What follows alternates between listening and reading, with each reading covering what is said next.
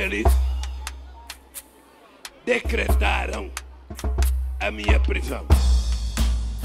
E deixa eu contar uma coisa para vocês. Eu vou atender o mandato deles. E vou atender porque eu quero fazer a transferência de responsabilidade.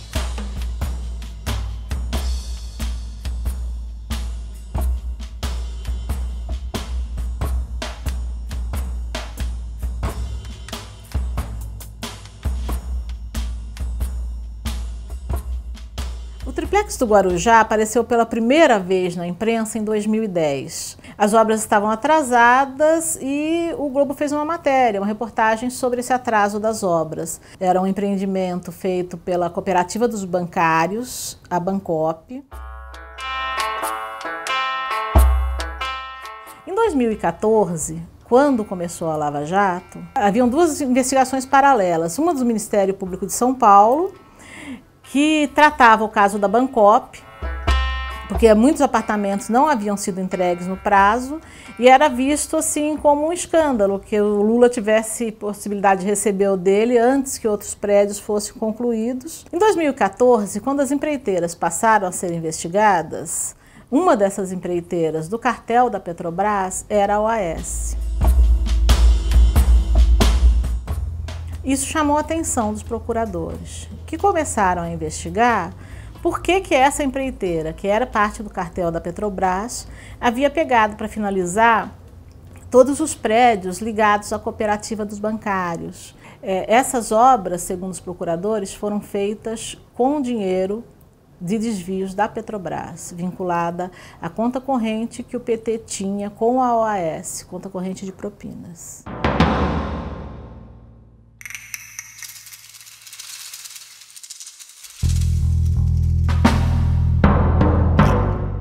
Dia 20 de setembro de 2016, eles apresentaram uma denúncia à Justiça.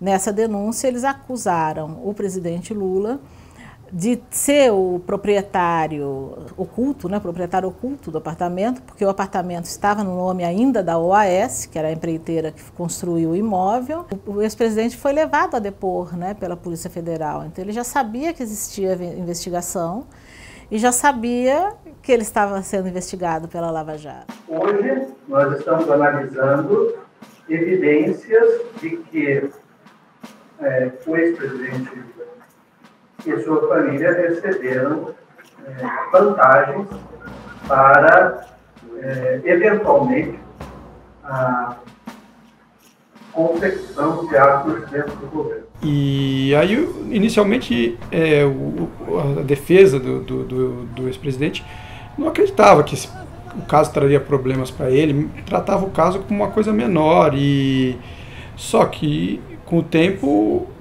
o cerco foi se fechando, né, em torno dele. Provem uma corrupção minha, que eu irei a pé para ter preso esse antigo. Eu acho que a grande surpresa para o ex-presidente foi a condução coercitiva, foi a Polícia Federal ter levado ele para depor, num episódio que ficou assim, muito conhecido, né? Foram até a casa dele, levaram ele até a sede da Polícia Federal no aeroporto de Congonhas para que ele falasse. Ele não se recusou a falar, né? Falou a respeito e sempre garantiu que ele não era o dono do apartamento. Seria tão simples ter me convidado para prestar depoimento que eu iria. Mas eu me senti prisioneiro hoje de manhã.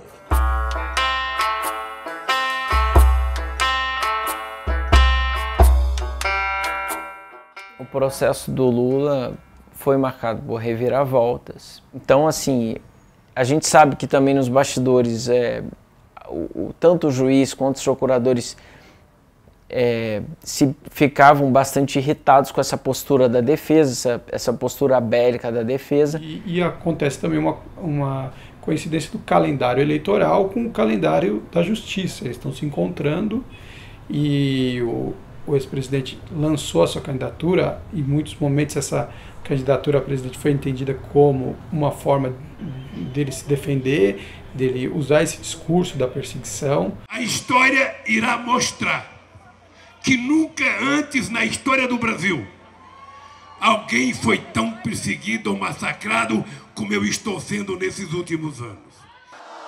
Eu estou vivo e estou me preparando para voltar a ser candidato a presidente desse país. Ele usa a todo momento que ele está sendo alvo de investigações, alvo de inquéritos, porque ele quer voltar a governar o país. E tudo acabou meio se misturando, né? Quando o ex-presidente foi depor em maio do ano passado, pela primeira vez em Curitiba, depois do depoimento dele ao juiz Sérgio Moro, isso foi seguido de praticamente um comício numa praça da região central de Curitiba. Esse interrogatório dele se tornou uma coisa muito maior do que os interrogatórios costumam ser, né? Foi o MST para Curitiba, foi um movimento social ligado ao PT, também de militância do partido, muito forte para Curitiba, fez uma série de atos em defesa do Lula em Curitiba, e isso se tornou uma espécie de evento na cidade, a cidade toda parou. O depoimento dele levou quase 5 horas, também foi marcado por embate dele com os procuradores, o ex-presidente sempre marcando posição de que ele era um perseguido, de que a Lava Jato não oferecia uma prova cabal de que ele realmente teria recebido o triplex. O juiz Moro se posicionando também de que a Lava Jato ia continuar, de que o processo ia continuar, de que não adiantava o discurso do Lula ser forte, nem ele tentar politizar o julgamento, que aquilo não ia ter resultado.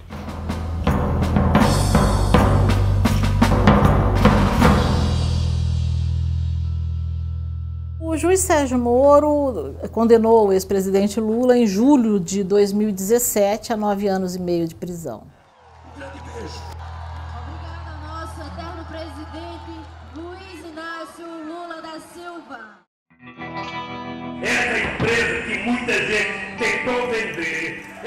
Se voltasse a 2011, nem o mais ferrenho adversário do Lula podia imaginar que ele teria um destino como a história está mostrando agora. Eu acho que, em primeiro lugar, a gente precisa ter a dimensão de quem era o Lula que deixou a presidência na virada de 2010 para 2011. O Lula deixa a presidência com 80% de popularidade, elegeu a sucessora, a ex-presidente Dilma Rousseff. 2 anos depois disso, ele elege aqui em São Paulo o Fernando Haddad, que também era um político que nunca tinha disputado a eleição.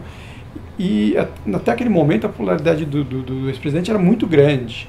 E aí, a partir dos protestos de 2013, começa a haver aí um questionamento com relação aos governos do PT, e depois isso acaba culminando com uma eleição muito mais difícil em 2014 para Dilma, e no passo seguinte as investigações se fechando contra o Lula, né?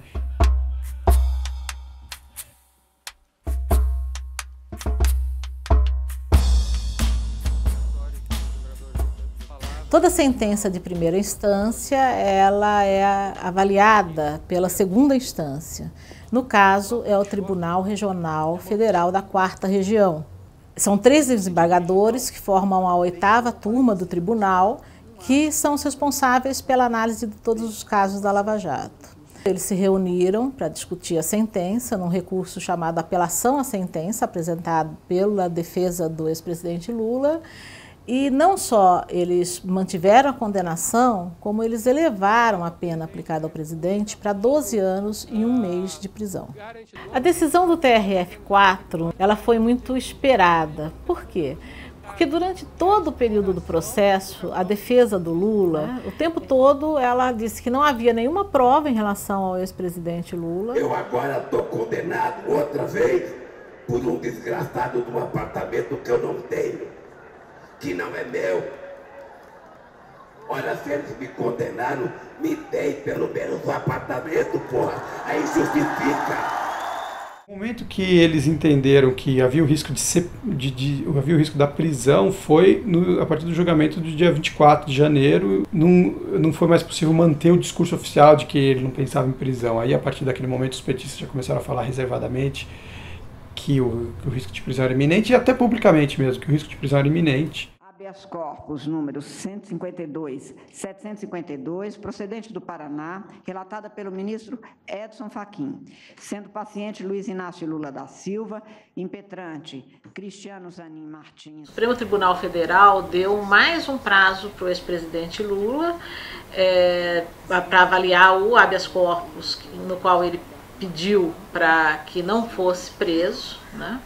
E o Tribunal Regional Federal da 4ª Região julgou os embargos de declaração. O embargo é um pedido de esclarecimento. E assim como foi na votação da sentença em janeiro, foi unânime ao negar os embargos do ex-presidente Lula. Ou seja, a partir de agora, a partir dessa decisão, ele tem mais um recurso, mas é uma coisa muito mínima na segunda instância, que é o embargo do embargo. Não necessariamente precisavam usar dos meios oficiais para... Mas, na maioria das vezes, ninguém aprova esse embargo do embargo.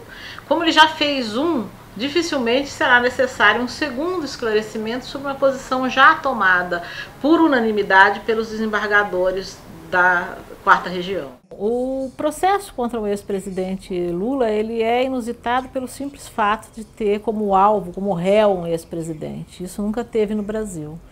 Assim como uma operação contra a corrupção do tamanho da Lava Jato, que tenha tido sucesso e levado à cadeia alguns condenados, né? Isso de fato nunca tinha acontecido no país. Então é uma reviravolta, porque o Brasil já tinha visto muitas apurações, muitas investigações sobre corrupção enterradas. E o mesmo hoje, né, ele ainda lidera as pesquisas para a presidência, para a eleição deste ano para presidente. Então acho que a dimensão esse retrospecto mostra bem a dimensão de colocar, da possibilidade de uma pessoa que viveu tudo isso, que passou por tudo isso, ir para a cadeia. É realmente muito forte. O presidente Lula pode ser candidato mesmo da prisão. Ele tem um prazo, porque até 15 de agosto é quando as candidaturas são registradas. Ele pode fazer o registro de candidatura e esperar que o Tribunal Superior Eleitoral indefira. Eles sabem que eu sei como consertar esse país. Porque quando eu peguei o Brasil em 2002, estava pior do que... Ou faça uma impugnação, o termo correto é impugnação da candidatura. Então ele pode manter a candidatura, mas fica muito mais improvável, né, uma campanha dentro da cadeia, né? Embora não se discuta mais as provas, ainda é possível discutir todo o processo ocorrido até aqui, do ponto de vista de legislação, de jurisprudência e de possíveis atos inconstitucionais gerados aí durante esse processo. E o brasileiro, na eleição, é que vai ter que verificar na hora quem é que consegue registrar suas candidaturas e quem ele vai escolher. Então, agora, o processo do ex-presidente ainda vai demorar muito tempo para chegar no que se chama o transitado em julgado, o último dos recursos cabíveis na justiça. Se considerar todo esse retrospecto, realmente é histórico, né? Tudo o que aconteceu. Acho que é um fato que com certeza daqui a 40, 50 anos vai ser estudado nos livros. Acho que está vivendo um momento que não vai ser esquecido tão cedo. Eu estou sendo processado e eu tenho dito claramente: o processo do meu apartamento, eu sou o único ser humano que sou processado por um apartamento que não é meu. É por isso que eu sou um cidadão indignado, porque eu já fiz muita coisa com meus 72 anos, mas eu não os perdoo por ter passado para a sociedade a ideia de que eu sou um ladrão.